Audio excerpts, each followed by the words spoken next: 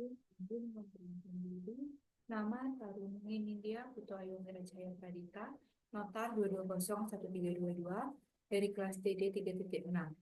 Nomor absen 22. Izin Pak, di sini saya akan memaparkan mengenai materi paparan saya mengenai sistem operasi AHP. Izin Pak, izin share screen materi paparan saya.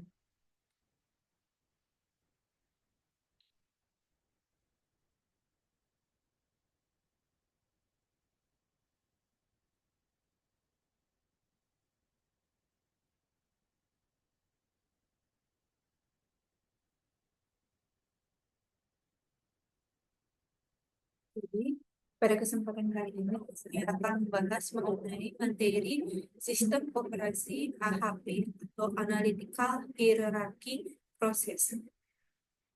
Selain menjelaskan tentang materi dari AHP ini sendiri, saya juga akan memberikan contoh studi kasus mengenai penggunaan sistem operasi AHP ini dalam kehidupan sehari-hari. Jadi, sebelumnya, izinkan saya memperkenalkan diri ulang. Nama Putoyo Cahaya Pradita dengan nota 2201322 dari kelas TD 3.6, nomor absen 22.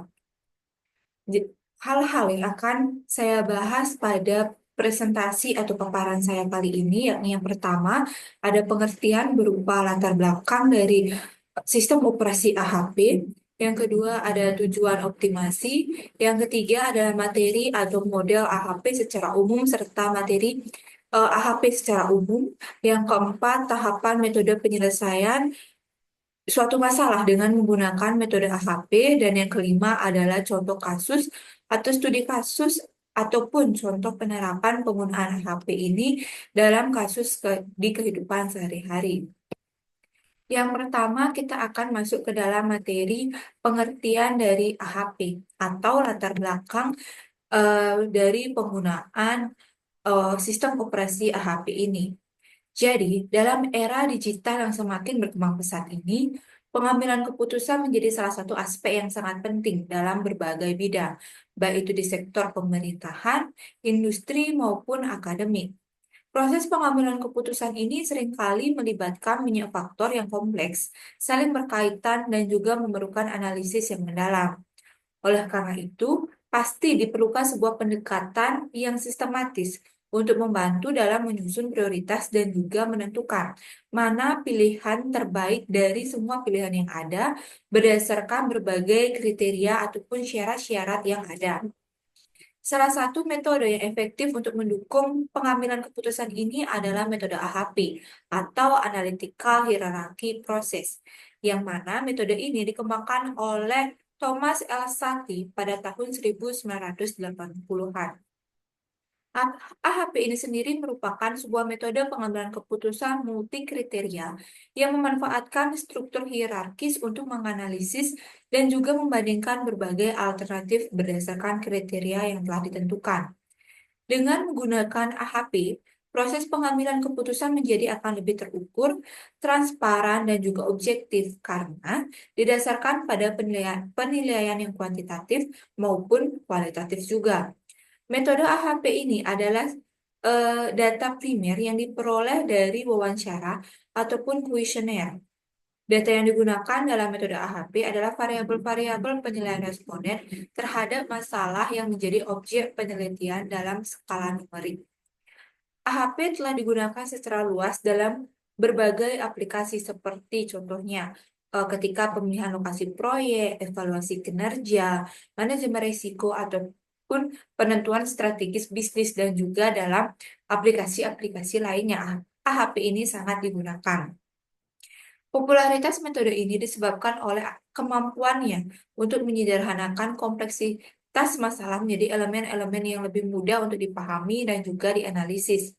Jadi AHP ini akan menyederhanakan suatu masalah yang awalnya itu sangat kompleks menjadi hal-hal atau elemen-elemen yang lebih sederhana dan lebih mudah untuk kita pahami sehingga dalam pengambilan keputusan juga akan lebih mudah. Selain itu, HP juga mampu mengenangani data yang sifatnya itu bersifat subjektif, sehingga menjadikannya fleksibel untuk berbagai jenis permasalahan. Selanjutnya, selain latar belakang yang telah kita lihat pada slide sebelumnya itu, ada beberapa pengertian AHP. Ini merupakan beberapa pengertian AHP dari beberapa sumber. Yang pertama, ada pengertian bahwa AHP adalah sebuah metode pengambilan keputusan multikriteria yang menyederhanakan masalah kompleks menjadi struktur hierarkis, memungkinkan pembuatan keputusan untuk mengevaluasi pilihan berdasarkan perbandingan berpasangan atau pairwise comparison dan juga menghasilkan prioritas dalam bentuk bobot ataupun skor. Yang kedua, ada pengertian bahwa AHP ini adalah pendekatan yang terstruktur dan fleksibel untuk memprioritaskan kriteria atau alternatif berdasarkan data yang ada dan pertimbangan subjektif sehingga menghasilkan keputusan yang lebih objektif serta rasional. Ada juga yang mengatakan bahwa AHP adalah alat analisis yang digunakan untuk menilai berbagai alternatif berdasarkan kriteria tertentu dengan menggabungkan data kuantitatif dan penilaian kualitatif. Metode ini membantu pembuat keputusan dalam mengorganisasi informasi secara sistematis dan juga menentukan solusi yang paling optimal di antara semua solusi-solusi ataupun pilihan-pilihan yang ada.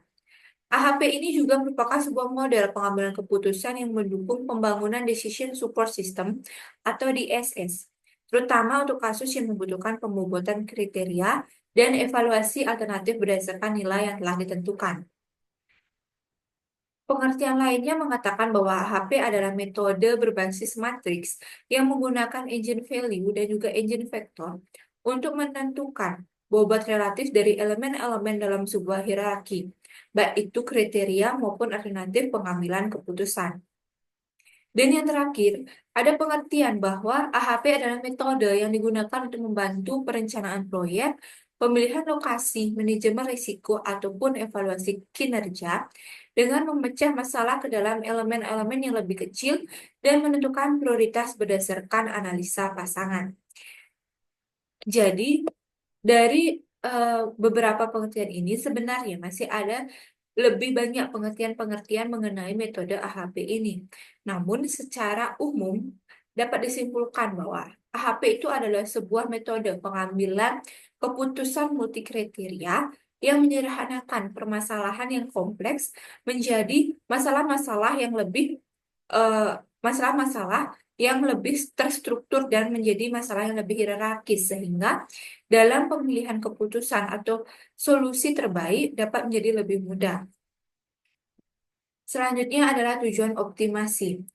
Tujuan optimasi dari metode analytical hierarchy process atau metode HP ini secara umum adalah untuk menghasilkan keputusan terbaik berdasarkan pembobotan dan juga prioritas yang terstruktur dari berbagai kriteria dan alternatif.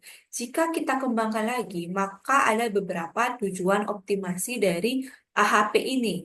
Di samping tujuannya secara umum, yakni yang pertama pastinya adalah menyederhanakan masalah kompleks, di mana HAP ini akan mengorganisasikan masalah pengambilan keputusan yang kompleks ini menjadi struktur hierarkis yang lebih mudah untuk kita pahami, dengan memisahkan elemen-elemen seperti tujuan, kriteria, subkriteria, dan juga alternatifnya.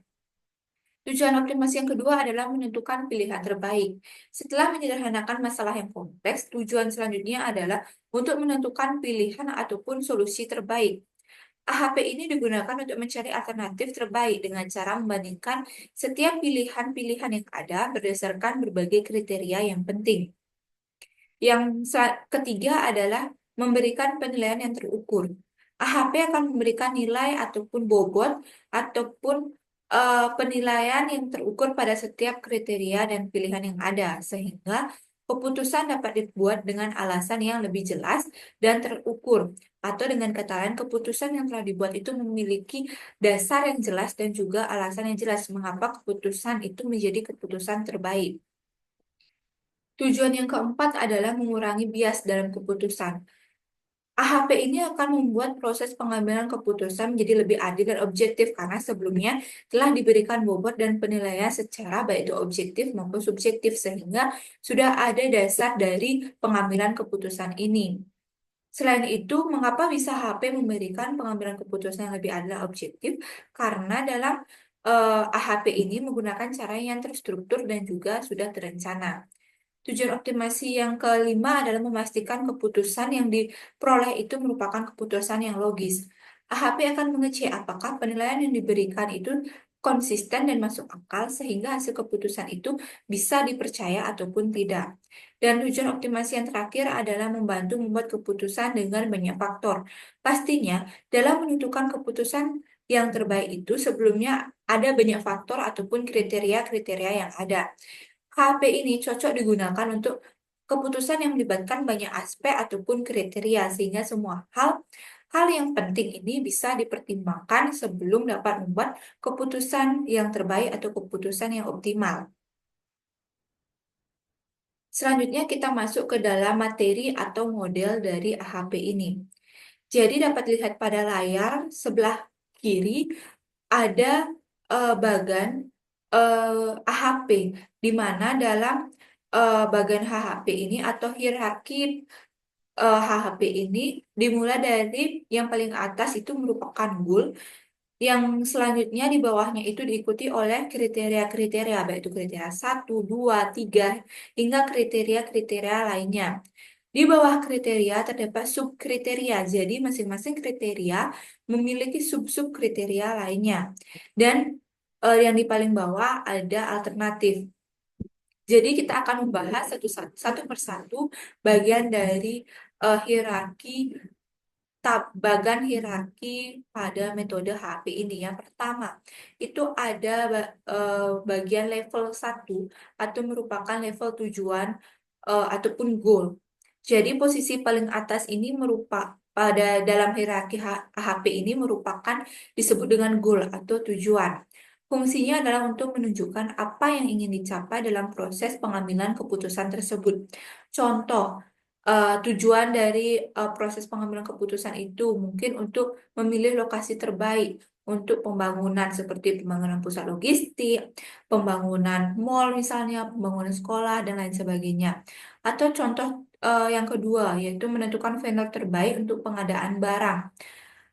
Peran dari goal ataupun tujuan ini adalah semua kriteria dan alternatif di bawahnya itu diarahkan untuk mencapai tujuan atau goal ini. Jadi kriteria 1, 2, 3 dan seterusnya beserta dengan subkriterianya itu akan diarahkan atau dibuat agar kriteria-kriteria tersebut dapat memenuhi tujuan yang telah dibuat. Jadi goal ini merupakan bagian hierarki HP yang paling atas.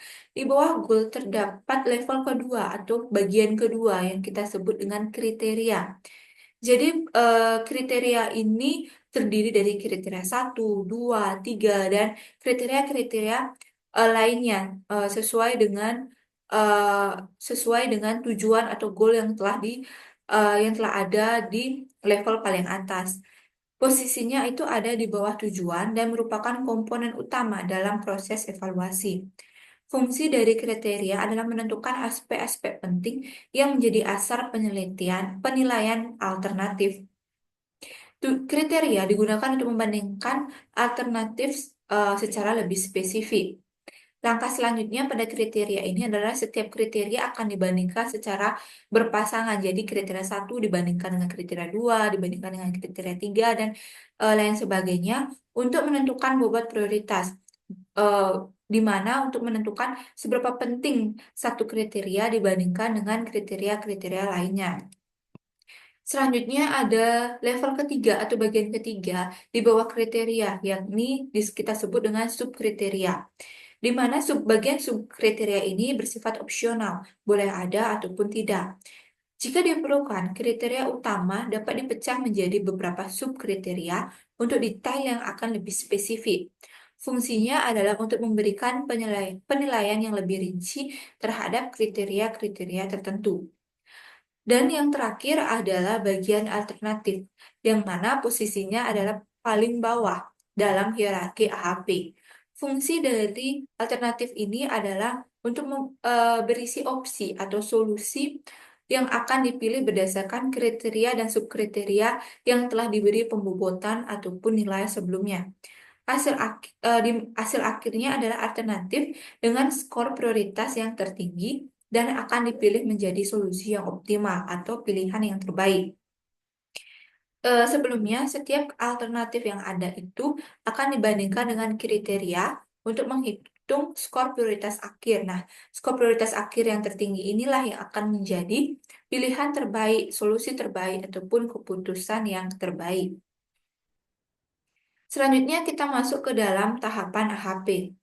Tahapan AHP secara umum itu ada beberapa langkah, yakni yang pertama, menentukan tujuan ataupun goal. Apa sebenarnya tujuan dari eh, tujuan yang hendak dicapai. Yang kedua adalah menyusun hierarki ataupun bagan seperti yang telah dilihat pada slide sebelumnya. Yang ketiga berupa penilaian kriteria dan juga alternatif. Yang keempat penentuan bobot prioritas. Yang kelima menghitung konsistensi ataupun konsistensi rasio dan biasa kita sebut dengan CR. Dan yang keenam menggabungkan bobot dan membuat skor akhir untuk mengetahui mana skor prioritas tertinggi, dan yang terakhir adalah membuat keputusan dari skor prioritas yang telah digabungkan. Kita akan membahas satu persatu tahapan dari eh, metode HAP. Tahapan pertama seperti yang telah kita lihat tadi, bahwa tahapan pertama adalah menentukan tujuan. Kita harus mengidentifikasi tujuan utama yang ingin dicapai dalam pengambilan keputusan. Misalnya seperti yang telah saya sebutkan tadi, memilih lokasi terbaik untuk pembangunan pusat logistik, memilih lokasi terbaik untuk pembangunan mall, memilih vendor yang terbaik, memilih eh, memilih tempat yang terbaik, dan lain sebagainya. Setelah kita menentukan tujuan, kita akan membuat hierarki atau bagan seperti bagan sebelumnya yang terdiri dari goal, kriteria, subkriteria, dan juga alternatif. Persoalan yang akan diselesaikan diuraikan menjadi unsur-unsurnya, yakni berupa kriteria dan alternatif. Kemudian selanjutnya disusun menjadi struktur yang lebih hierarki. Selanjutnya adalah menginput bobot kriteria berpasangan dan juga menginput bobot alternatif berpasangan. Misalnya, dapat dilihat di layar ini pada eh, gambar pertama ini ada pasangan antara, contohnya di sini saya ada 3 kriteria, yakni kriteria 1, 2, dan 3. Kriteria 1 dipasangkan dengan kriteria 2. Kriteria 1 dipasangkan dengan kriteria 3, kriteria 2 dipasangkan dengan kriteria 3. Kriteria 1 memiliki dan kriteria 2 tanda panahnya berada di angka 5. Cara membacanya adalah kriteria 1 5 kali lebih penting dari kriteria 2. Begitu juga dengan kriteria 3. Kriteria 1 ketika dibandingkan dengan kriteria 3. Tanda panah berada di angka 3. Itu menunjukkan bahwa kriteria 3 kali lebih penting dibandingkan kriteria 1. Sedangkan untuk yang ketiga, yakni kriteria 2 dan juga kriteria ketiga, ketika dibandingkan, tanda panah berada di angka 7. Itu mengartikan bahwa kriteria 3 7 kali lebih penting dibandingkan kriteria kedua. Selanjutnya ada pasangan kriteria. Di atas seperti yang saya sebutkan, pasangan kriteria ini kriteria 1 dipasangkan dengan kriteria 2, kriteria 1 dengan 3, 2, dan 3. Dalam pembobotan ini ada beberapa skala penilaian perbandingan berpasangan ini. Kriteria atau alternatif dinilai melalui perbandingan berpasangan. Untuk persoalan dari adanya angka 1 hingga skala 9 ini eh, adalah skala terbaik dalam mengekspresikan pendapat. Jadi 1 hingga 9 ini memiliki artinya masing-masing. Perbandingan dilakukan berdasarkan kebijakan pembuatan keputusan dengan cara menilai tingkat kepentingan antara elemen yang satu dengan elemen yang lainnya. Dapat dilihat pada tabel skala penilaian perbandingan berpasangan pada layar ini. Sumbernya itu berasal dari Suryadi dan Ramadhani tahun 2016. Angka 1. memiliki arti kedua elemen itu sama pentingnya. Jadi misalnya pada kriteria perbandingan kriteria satu dan kriteria 2, tanda panah merah itu menunjukkan di angka satu. Artinya kriteria satu dan kriteria 2 memiliki penting yang sama. Dua elemen mempunyai pengaruh yang sama besarnya terhadap tujuan. Jika tanda panah berada di angka 3 misalnya, maka elemen yang satu sedikit lebih penting daripada elemen yang lain dengan pengalaman dan penilaian sedikit menyokong satu elemen dibandingkan dengan elemen lainnya. Jika ada pada angka 5, maka kriteria satu ataupun kriteria 2 salah satunya itu lebih penting. Misalnya ketika kriteria satu dan kriteria 2 tanda panah berada di angka 5 seperti pada gambar sebelah kiri, maka elemen kriteria satu itu lebih penting di 5 kali dibandingkan dengan kriteria kedua.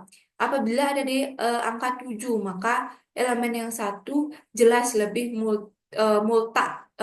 mutlak pentingnya dibandingkan dengan elemen lainnya.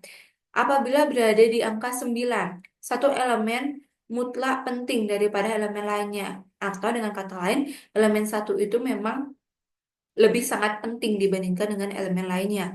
Apabila eh, berada di angka 2, 4, 6, 8, nilai-nilai antara dua nilai pertimbangan-pertimbangan yang berdekatan, nilai ini akan diberikan apabila ada dua komponen ataupun elemen di antara dua pilihan. Dan apabila ada kebalikan, jika aktivitas itu mendapatkan satu angka dibandingkan dengan aktivitas mohon maaf, jika saya ulangi, jika aktivitas I mendapatkan satu angka dibandingkan dengan aktivitas J, maka J memiliki kebalikannya dibandingkan dengan I. Itu merupakan tabel skala penilaian perbandingan berpasangan eh, untuk menilai berapa bobot yang diberikan untuk masing-masing elemen ataupun masing-masing kriteria.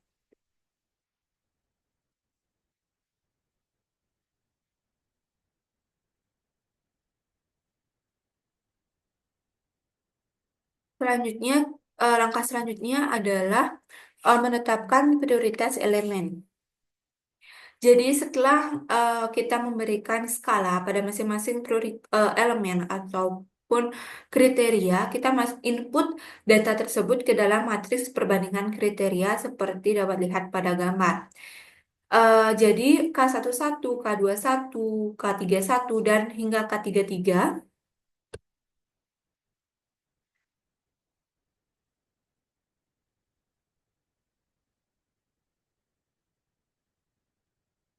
itu merupakan nilai atau skala yang telah kita berikan pada masing-masing kriteria. Selanjutnya, masing-masing kriteria itu, misal kriteria satu, 2, 3, dan selanjutnya kita jumlahkan. Atau di sini saya beri notasi N, di mana N1 ini merupakan penjumlahan dari pembobotan kriteria satu terhadap kriteria satu, skala kriteria satu terhadap kriteria 2, dan seterusnya hingga N3. Selanjutnya ada nilai eigen. Nilai eigen ini rumusnya adalah NA dibagi NS atau eh, nilai pembobotan dari masing-masing kriteria dibagi dengan jumlah total pembobotannya. Nilai eigen per kriteria ini juga kita jumlahkan. Selanjutnya kita hitung nilai rata-ratanya, yakni rata-rata nilai untuk kriteria satu, kriteria 2, dan juga kriteria 3.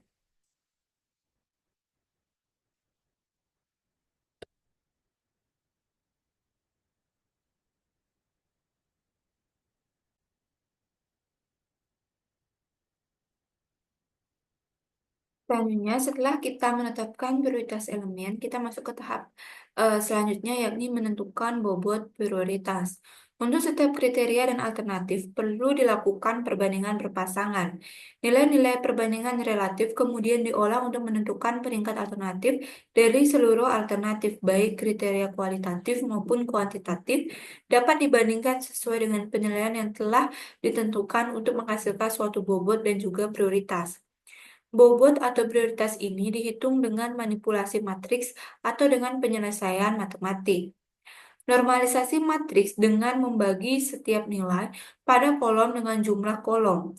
Dan hitung bobot relatif atau priority factor untuk setiap elemen dengan rata-rata nilai setiap baris. Langkah selanjutnya adalah menghitung konsistensi atau konsistensi rasio atau CR. Yang pertama, untuk dapat memperoleh nilai konsistensi rasio ini, kita harus menghitung indeks konsistensi atau konsistensi indeks. Rumus dari konsistensi indeks atau CI adalah lambda max dikurangi dengan banyaknya kriteria atau elemen dibagi dengan N atau banyaknya elemen dikurangi dengan satu dengan dikurangi dengan satu.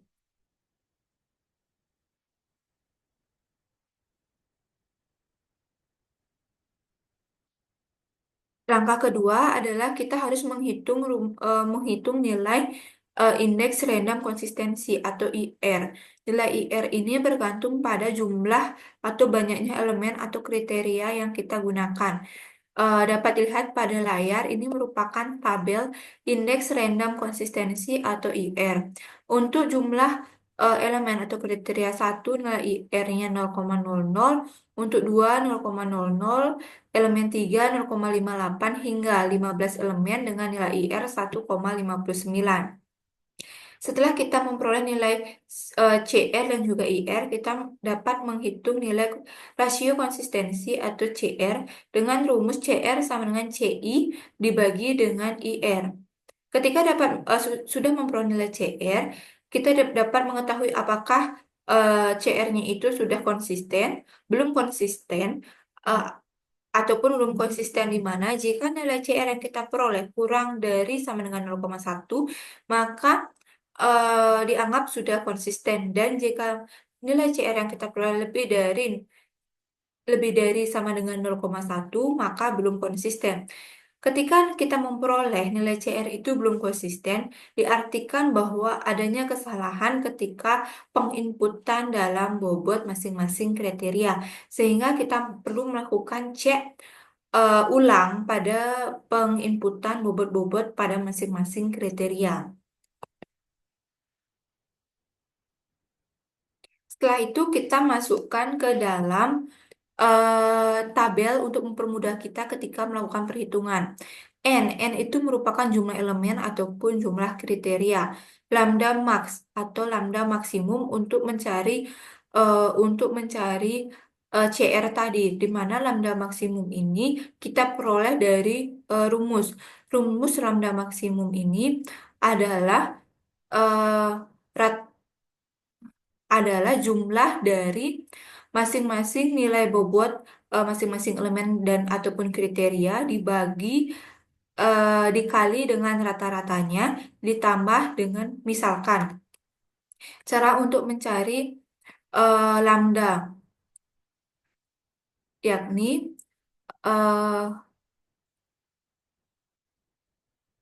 yakni eh, lambda sama dengan N1 dikali dengan rata-rata kriteria satu ditambah N2 dikali rata-rata dari kriteria kriteria 2 dan juga N3 ditambah N3 dikali dengan rata-rata dari kriteria 3. Itu merupakan cara untuk mencari lambda maksimum.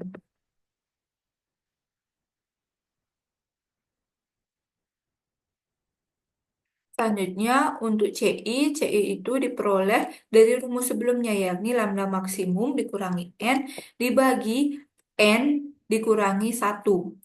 Dengan lambda maksimum sudah diperoleh sebelumnya. IR diperoleh dari tabel IR sesuai dengan jumlah kriteria atau elemen.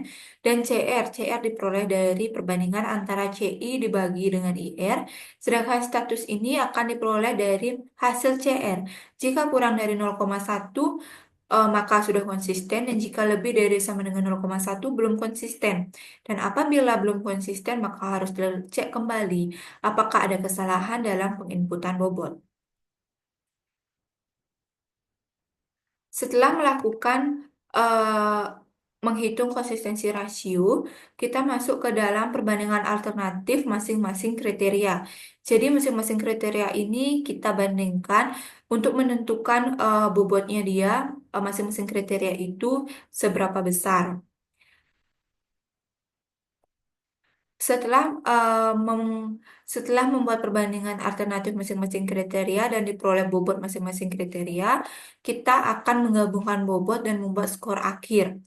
Eh, untuk masing-masing alternatif yang telah ada berdasarkan bobot dan kriteria itu, kita hitung skor akhirnya. Rumusnya misalkan ada objek A, B, dan C. Untuk bobot objek A sendiri itu rumusnya kriteria satu dikali dengan kriteria satu objek A ditambah dengan kriteria 2 dikali dengan kriteria 2 objek A dan ditambah kriteria 3 dikali dengan kriteria 3 objek A. Begitu juga dengan objek B dan juga objek C. Setelah itu maka kita akan memperoleh bobot akhir atau skor akhir dan skor eh, keseluruhan dari masing-masing objek masing-masing objek. Setelah itu kita akan membuat perankingan. Kita masukkan nilai bobot objek A, B, dan C tersebut ke dalam tabel untuk mengetahui nilai bobot objek yang paling besar. Untuk nilai bobotnya itu total dari nilai bobot objek A, B, dan C ataupun dari objek-objek yang ada itu harus satu dan ranking didasarkan dari eh, nilai bobot yang ada. Pilihlah nilai bobot tertinggi dan itulah yang akan menjadi solusi yang terbaik atau pilihan terbaik. Setelah kita mengetahui eh, tahapan dari metode AHP ini, kita tentu saja harus mengetahui apa sih sebenarnya kelebihan dari metode ini dibandingkan dengan metode-metode pengambilan keputusan lainnya. Jadi, kelebihan dari metode AHP itu ada beberapa. Saya di sini memasukkan beberapa kelebihannya, yakni pertama, AHP menggunakan langkah-langkah yang sistematis sehingga mudah dipahami bahkan oleh orang yang tidak ahli dalam pengambilan keputusan. Jadi bagi orang awam yang baru menggunakan AHP dan akan mengambil keputusan, metode ini cocok untuk digunakan karena langkah-langkahnya yang sistematis dan mudah dipahami. Yang kedua, metode ini bisa digunakan untuk berbagai jenis masalah, baik yang dari masalah yang sederhana hingga masalah yang kompleks di berbagai bidang, baik itu transportasi, bisnis, pendidikan, kesehatan, dan bidang-bidang lain sebagainya. Kelebihan yang ketiga yakni HP memungkinkan kita untuk menilai faktor yang bisa dihitung, misalnya biaya, sekaligus faktor yang lebih abstrak, misalnya kepuasan. Kelebihan yang keempat yakni metode ini sangat efektif untuk menyelesaikan masalah yang melibatkan banyak faktor atau kriteria yang saling berhubungan. Kelebihan yang kelima, AHP dilengkapi dengan alat untuk mengecek apakah penilaian yang diberikan sudah konsisten. Ini akan membantu memastikan hasil keputusan lebih dapat dipercaya ataupun tidak.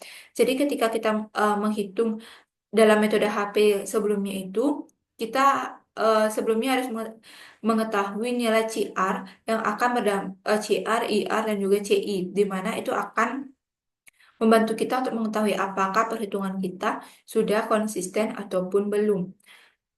Jika belum konsisten, maka kita bisa kita bisa mengetahui bahwa ada kesalahan input dalam pembobotan. Kelebihan selanjutnya adalah dengan AHP, kita mendapatkan hasil berupa bobot atau peringkat yang jelas sehingga memudahkan pengambilan keputusan. Selanjutnya, metode ini juga dapat digunakan baik untuk pengambilan keputusan sendiri maupun untuk keputusan yang melibatkan banyak orang.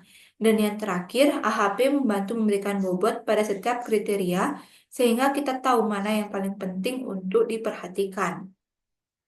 Selain kelebihan, tentu saja sebuah metode itu memiliki kelemahan ataupun kekurangannya. Begitu juga dengan metode AHP. Jadi ada beberapa kelemahan dari metode AHP, yakni yang pertama, proses pembobotan kriteria dan perbandingan antar alternatif sangat bergantung pada penilaian subjektif pengambilan keputusan. Jika penilaian tidak konsisten, hasil akhirnya dapat menjadi tidak akurat. Yang kedua, jika jumlah kriteria atau alternatif banyak, Konsistensi dalam penilaian seringkali sulit dijaga. AHP menggunakan konsistensi rasio atau CR untuk mengevaluasi ketidakkonsistenan, tetapi tidak sepenuhnya dapat memperbaikinya. Yang ketiga, jika jumlah kriteria dan alternatif sangat besar, struktur hierarki menjadi sulit dikelola karena banyaknya kriteria tadi, dan proses perbandingan berpasangan menjadi sangat rumit serta akan memakan lebih banyak waktu. Sehingga metode HP ini sebenarnya lebih cocok digunakan untuk pemilihan alternatif dengan kriteria yang tidak terlalu banyak. Kelemahan selanjutnya adalah AHP lebih cocok untuk situasi yang pasti. Kalau ada banyak hal yang berubah-ubah ataupun hal-hal yang tidak jelas, AHP akan dianggap kurang efektif. Kelemahan selanjutnya, kalau jika dalam metode AHP ini salah memberikan nilai pada satu perbandingan, hasil akhirnya bisa jadi salah karena total eh, menjadi salah total karena semua perhitungan dari awal hingga akhir itu saling terhubung. Kelemahan selanjutnya adalah beberapa hal seperti kepuasan pelanggan atau keberlanjutan sulit diukur secara objektif. AHP kadang kesulitan memberikan bobot yang tepat untuk hal-hal yang bersifat seperti tadi, yakni kepuasan pelanggan ataupun keberlanjutan. Kelemahan yang selanjutnya, jika banyak orang yang terlibat dalam keputusan, seringkali sulit untuk menyamakan pendapat saat membandingkan kriteria atau memberikan bobot pada kriteria dan juga alternatif. Dan kelemahan yang terakhir yakni kalau kriteria dan alternatifnya terlalu banyak, proses perhitungannya menjadi sangat rumit serta memakan lebih banyak waktu. Selanjutnya, setelah kita mengetahui materi dan juga model mengenai metode HP ini, secara umum kita masuk ke dalam contoh studi kasus penerapan metode HP dalam kasus-kasus di kehidupan kita sehari-hari atau dalam pengambilan keputusan yang biasanya kita lakukan. Jadi, studi kasusnya ini saya peroleh dari sebuah jurnal yang saya peroleh dari internet. eh, Kasusnya yakni pemilihan provider dari beberapa rekomendasi yang ada dengan mempertimbangkan beberapa kriteria. Jadi kriteria dalam jurnal ini ada beberapa alternatif rekomendasi dari provider yang akan digunakan, yakni yang pertama ada First Media, yang kedua My Republic, yang ketiga Business Home, yang keempat MNC Play, yang kelima IndiHome, dan yang terakhir adalah CBN. Dan untuk menentukan provider yang terbaik, dibuatlah beberapa kriteria, yakni ada 5 kriteria yang akan diujikan atau dibandingkan, yakni harga bulanan, area yang didukung, kecepatan internet, ketersediaan TV kabel, dan juga biaya registrasi. Jadi kelima kriteria ini akan diberikan bobot dan nilai untuk mengetahui mana provider yang terbaik atau pilihan provider yang terbaik. Yang pertama, tentu saja kita harus menyusun hierarki. Hierarki dari eh, hierarki dari kasus tersebut dapat dilihat pada tabel, yakni yang pertama ada tujuannya, yakni menentukan internet service provider ideal di lingkungan jaringan rumah. Untuk kriterianya itu ada harga bulanan, area yang didukung, kecepatan internet, ketersediaan TV kabel, dan juga biaya registrasi. Di sini pada kasus ini tidak menggunakan subkriteria, hanya menggunakan kriteria. Sedangkan alternatifnya itu ada First Media, My Republic, Business Home, MNC Play, IndiHome, serta CBN. Setelah menyusun hierarki, kita menetapkan prioritas elemen berdasarkan tabel skala penilaian perbandingan berpasangan yang ada. Dari jurnal ini telah diperoleh tabel perbandingan kriteria, yakni dapat dilihat pada tabel 2, yakni tabel matris perbandingan berpasangan kriteria. Eh, Contohnya, untuk kriteria harga bulanan ini dibandingkan dengan harga bulanan nilainya itu satu atau keduanya sama penting. Harga bulanan dengan area yang didukung 1,6683 atau mendekati 2. Harga bulan dengan kecepatan internet perbandingannya 1,82552 dan eh, lain sebagainya. Pada tabel ini juga diberikan jumlah untuk eh, jumlah bobot untuk masing-masing harga bulanan untuk masing-masing kriteria ketika dibandingkan dengan kriteria-kriteria lainnya. Selanjutnya, kita akan menetapkan prioritas elemen berdasarkan tabel prioritas berpasangan itu. Dapat dilihat pada tabel 3, yakni tabel matriks normalisasi perbandingan kriteria. Tabel ini diperoleh dengan cara membagi setiap nilai elemen matriks perbandingan berpasangan dan kriteria dengan jumlah setiap kolom dari kriteria. Contohnya, untuk kriteria harga dengan harga itu memiliki nilai normalisasi berupa 0,3676. Itu diperoleh dari dari 1 dibagi dengan 2,72038 dan diperoleh nilai eh, mat- 0 dan diperoleh nilai 0,3676. Begitu pula dengan elemen-elemen atau kriteria-kriteria lainnya. Setelah memperoleh tabel matriks perbandingan kriteria, kita membuat tabel nilai prioritas masing-masing kriteria. Tabel priority vector ini diperoleh dengan cara menghitung rata-rata setiap baris hasil normalisasi. Nilai priority vector kriteria ini merupakan bobot dari masing-masing kriteria. Jadi rumusnya adalah jumlah dari masing-masing kriteria yang eh, dibagi dengan jumlahnya misalkan.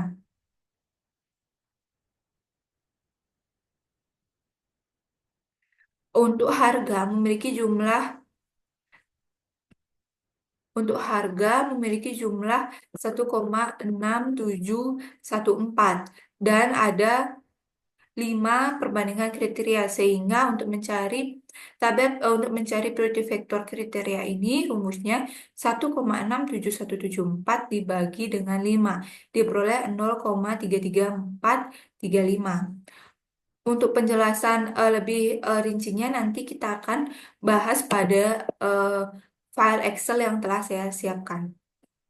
Selanjutnya, setelah menentukan tabel nilai priority, kita membuat eh, atau menghitung konsistensi rasio. Yang pertama, kita membuat lambda max, diperoleh lambda maksimalnya 5,355. Setelah itu kita mencari nilai CI. Rumus CI itu lambda maksimal dikurangi dengan banyaknya kriteria dibagi banyaknya kriteria dikurangi 1 diperoleh nilai CI-nya 0,08892. Selanjut, Selanjutnya kita mencari nilai IR dari tabel, yakni karena ada 5 elemen, maka nilai IR-nya 1,12 dan kita akan peroleh nilai CR. CR itu adalah rumusnya CI dibagi RI atau 0,08892 dibagi 1,12 diperoleh 0,0794. Kita kalikan dengan 100 untuk mencari persentasenya, diperoleh nilai CR-nya adalah 7,94%. Selanjutnya kita peroleh tabel matriks perbandingan kriteria. Ini digunakan untuk menentukan nilai bobot eh, total dari masing-masing kriteria untuk masing-masing objek ataupun alternatif. Selanjutnya kita menghitung bobot perankingan masing-masing kriteria. Yang pertama untuk kriteria harga bulanan kita hitung bobotnya, kriteria area yang didukung, kecepatan internet, ketersediaan TV kabel dan juga biaya registrasi ini kita hitung masing-masing bobotnya. Setelah kita hitung masing-masing bobotnya dan kita peroleh, kita masukkan dia ke dalam tabel hasil perhitungan peringkat. Jadi dari tabel sebelumnya itu kita input ke dalam tabel hasil perhitungan peringkat, kita totalkan maka akan diperoleh total bobot atau nilai akhir dari masing-masing objek berdasarkan kriteria yang ada. Masing-masing nilainya ini kita masukkan ke tabel hasil peringkat untuk mempermudahkan kita dalam menentukan mana eh, alternatif dengan bobot atau nilai yang tertinggi. Jangan lupa bahwa jika kita jumlahkan nilai dari semua bobot ini, nilainya itu harus 1,00. Jika belum, maka ada kesalahan dalam perhitungan sebelumnya. Dapat lihat pada tabel hasil peringkat pada jurnal ini bahwa alternatif IndiHome memiliki skor yang tertinggi yakni sebesar 0,218531. Sedangkan alternatif kedua itu disusul oleh First Media dan diikuti oleh CBN, Business Home, My Republic, dan juga MNC Play secara berurutan berdasarkan pertimbangan kriteria harga bulanan, area yang didukung, kecepatan internet, ketersediaan TV kabel, serta biaya registrasi. Setelah kita menentukan tabel peringkat ini, kita dapat mengetahui mana sebenarnya alternatif terbaik yang harus kita pilih berdasarkan kriteria-kriteria yang ada. Baik, itu merupakan paparan saya mengenai metode HP pada file PowerPoint atau file yang pertama. Selanjutnya kita masuk ke dalam file Excel yang telah saya buat.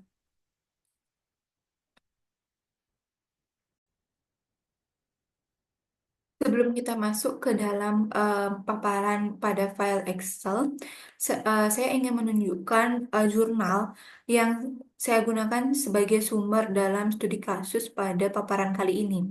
Jadi, sumber eh, jurnal saya merupakan jurnal dengan judul Sistem Pendukung Keputusan dengan Metode Analytical Hierarchy Process atau HP dengan studi kasus penentuan Internet Service Provider di lingkungan jaringan rumah.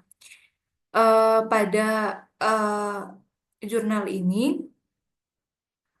dijelaskan sebelumnya mengenai apa itu pengertian dari metode HP, langkah-langkah dari metode HP, hingga studi kasusnya yakni pemilihan provider di jaringan provider di lingkungan rumah beserta dengan hasil dan juga pembahasan serta kesimpulannya. Di sini telah lengkap diberikan mengenai tabel-tabel perhitungan dan juga perbandingan dari masing-masing kriteria hingga memperoleh hasil atau peringkat tertinggi. Juga dilengkapi dengan daftar pustaka yang diberikan pada jurnal ini.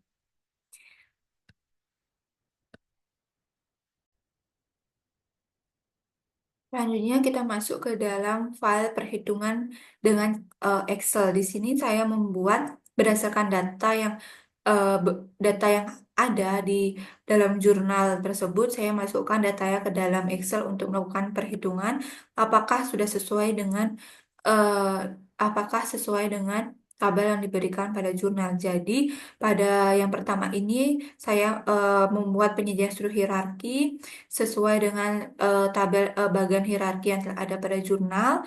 Langkah kedua yakni saya menginput bobot kriteria berpasangan dan juga bobot alternatif berpasangan. Di sini ada untuk nilai bobotnya ini saya masukkan sesuai dengan yang ada pada jurnal dengan ada 5 kriteria yakni harga, area, kecepatan, ketersediaan biaya. Saya input nilainya sesuai dengan yang ada di jurnal. Setelah itu saya jumlahkan untuk harga ini jumlahnya 2,720. Mungkin di sini ada sedikit perbedaan kecil antara nilai Excel dengan juga yang ada pada jurnal. Itu disebabkan karena perbedaan pembulatan ataupun adanya pembulatan di tabel pada jurnal sehingga ada sedikit perbedaan nilai. Namun jika dilihat perbedaan itu tidak terlalu besar, hanya 0, sekian. Untuk area ini jumlahnya 3,596, kecepatan 6,053, ketersediaan 15,746, dan biaya 11,591. Selanjutnya saya menghitung nilai eigen. Untuk nilai eigen harga area kecepatan ketersediaan dan biaya ini, rumusnya dapat dilihat bahwa rumusnya adalah bobot dibagi dengan jumlah. Masing-masing bobot dibagi dengan jumlahnya. Seperti pada harga dengan nilai eigen harga ini, rumusnya bobot pada harga ketika dibandingkan dengan harga, yakni 1,00 dibagi dengan total bobot harga, yakni 2,720, maka diperoleh nilai eigennya 0,368. Pastikan ketika kita membuat nilai eigen ini, total dari keseluruhannya ini sebesar 1,00 untuk semua kriteria. Selanjutnya kita membuat rata-ratanya. Nilai rata-ratanya ini adalah jumlah nilai ke semua nilai eigen ini dibagi dengan dibagi dengan banyaknya kriteria, atau jika kita buat di Excel itu rumusnya average dari nilai eigen. Begitu pula dengan nilai rata-rata ini ketika kita jumlahkan nilainya harus sebesar 1,00. Selanjutnya kita masukkan dia ke dalam tabel untuk menghitung apakah statusnya sudah konsisten ataupun belum. Kita masukkan dengan N atau banyaknya elemen atau kriteria itu adalah 5. Lambda maksimal itu diperoleh dari perhitungan jumlah dikali jumlah kriteria pertama dikali dengan rata-rata kriteria pertama ditambah jumlah kriteria kedua dikali dengan rata-rata kriteria kedua dan hingga jumlah kriteria terakhir dikali dengan rata-rata nilai eigen kriteria terakhir. Setelah mendapatkan nilai max, kita mencari CI, rumusnya lambda maksimal dibagi dengan N dikurangi dengan N dibagi dengan N dikurangi 1 sehingga diperoleh nilai CI-nya 0,089. Untuk IR itu kan kita lihat di tabel karena nilai atau banyaknya elemen adalah 5, kita menggunakan 1,12 nilai IR 1,12. Selanjutnya untuk CR, rumus CR itu adalah CI dibagi dengan IR sehingga kita peroleh nilainya sebesar 0,079 dan statusnya karena kurang dari 0,1 statusnya adalah konsisten sehingga kita bisa melanjutkan perhitungan. Selanjutnya kita diberikan tabel pembobotan untuk masing-masing objek terhadap masing-masing kriteria. Seperti untuk objek First Media dengan Maya Republik, bobotnya untuk harga 2, area 2, kecepatan 0,33, TV kabel 5, dan registrasi 3. Begitu pula hingga pembobotan berpasangan terakhir yakni IndiHome dan CBN. Masukkan nilai pembobotan tersebut ke dalam tabel matriks perbandingan berpasangan alternatif masing-masing kriteria. Seperti yang pertama, saya beri contoh untuk harga bulanan. Untuk alternatif First Media dengan First Media, kita cari pada tabel ini First Media dengan First Media. Karena eh, kriteria 1 dengan kriteria 1, maka pasti nilai bobot untuk kriteria yang sama itu bernilai 1. Baik First Media dengan First Media, Maya Republik dengan Maya Republik juga 1. Business Home dengan Business Home 1 dan hingga CBN dengan CBN juga nilainya 1. Untuk First Media dengan kita ambil contoh lainnya yakni First Media dengan Maya Republik. First Media dan Maya Republik ini nilai eh, untuk bobot harga bulanannya itu berada di 2 sehingga kita masukkan nilainya 2. Begitu pula dengan First Media dengan Business Home nilainya 3, kita input 3 hingga CBN dengan CBN ini dengan bobot 1. Kita jumlahkan akan diperoleh jumlah untuk masing-masing objek. Dari tabel ini kita masuk ke dalam tabel prioritas dan konsistensi alternatif. Rumusnya yakni masing-masing bobot untuk masing-masing objek per kriteria untuk kriterianya dibagi dengan jumlahnya. Contohnya untuk First Media dan First Media ini untuk harga bulanannya itu kan memiliki bobot 1 sehingga rumusnya yakni 1 dibagi dengan jumlah dari total bobot untuk First Media yakni 4,83 diperoleh nilai 0,207. Begitu pula dengan objek-objek atau alternatif lainnya. Pastikan bahwa ketika dijumlahkan memiliki jumlah 1,00 untuk masing-masing kriteria. Selanjutnya kita mencari nilai eigennya. Rumusnya yakni nilai bobotnya dibagi dengan jumlahnya. Sehingga diperoleh karena di sini kebetulan karena pasti jumlahnya itu 1,0 maka nilai bobotnya ini sama dengan nilai eigen yakni 0,207 dan lain sebagainya.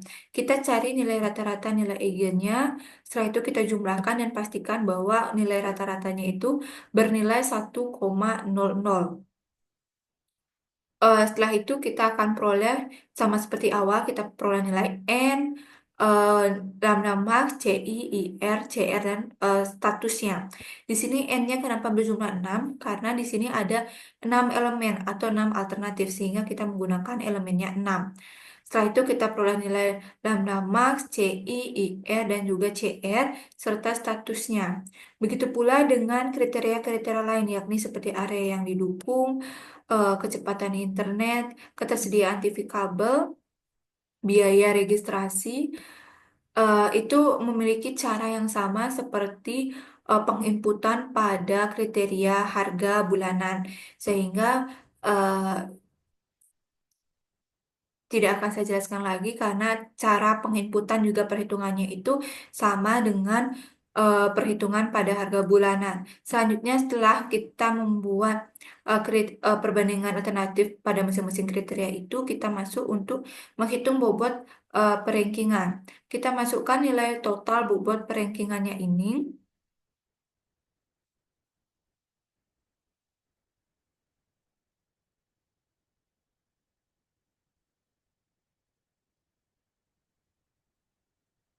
Masukkan total bobot perankingan yang telah kita peroleh sebelumnya pada perhitungan ini ke dalam tabel bobot ke dalam tabel untuk mempermudah kita melihat mana sebenarnya nilai yang tertinggi.